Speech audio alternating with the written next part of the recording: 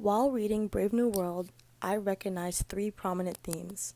The mechanization of natural processes. This theme is a central component of the novel. The book begins with a poignant description of the hatchery, which is where they artificially make children that have a predestined position in society.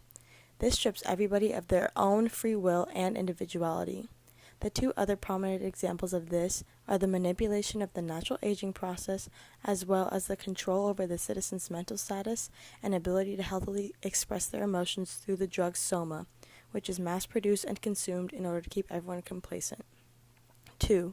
Manipulation of the adolescent brain. A major part of the social predestination that they rely on for stability is dictating acceptable societal behaviors and imposing society's moral standards onto children. People who live in the world state do not need to have crucial life experiences in order to develop their sense of right and wrong. It is indoctrinated into their mind to limit conflicts within society. This is by far my favorite theme of the book because it's the one that I think would most likely to be actually implemented into society in the future. Lastly, the lack of emotional intimacy and the inability to form emotional attachments. In the world state from a young age, the children are taught to acknowledge and act upon their sexual desires, and many of them do. This is further reinforced by the message that everyone belongs to everybody else. However, in the world state, there is no concept of monogamy in marriage, so they only seek out others to fulfill their sexual desires. When John comes along and desires emotional intimacy rather than physical, Lenina is unable to comprehend his need for an emotional foundation in a relationship. I chose to showcase my annotation in 3 scenes. The first is on page 170 to 171. I chose to showcase this page specifically because when John is talking about the moral standards that he adheres himself to, it makes me think about how innately humans desire to live their lives by a strict code of ethics, whether it be religious or secular.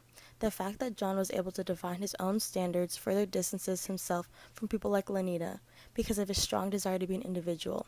I also think that Huxley alludes to the Shakespearean play Othello to further showcase the adversity that John is feeling not only in the world state, but also the adversity he had to face on the reservation as well. The second scene I wanted to highlight, it was on page 200 to 201. When Bernard is with his mother in her final moments, he remembers pleasant moments from his childhood. John reminisces about when his mom told him about the other place, also known as the world state.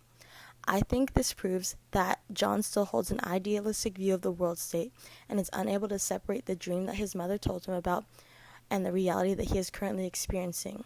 Also, when the children come in for death conditioning, their description juxtaposes with Linda in order to show the reader how the people view the savages as opposed to members of civilized society. On the last page of the novel, when John hangs himself and they find his body spinning from a rope, this is the ultimate reminder that despite his tragic death, society will not recognize their own faults, but when his body pauses for a moment while it's spinning, it is representative of how even though the world state does not value individuals, John was always aware of his own personal identity.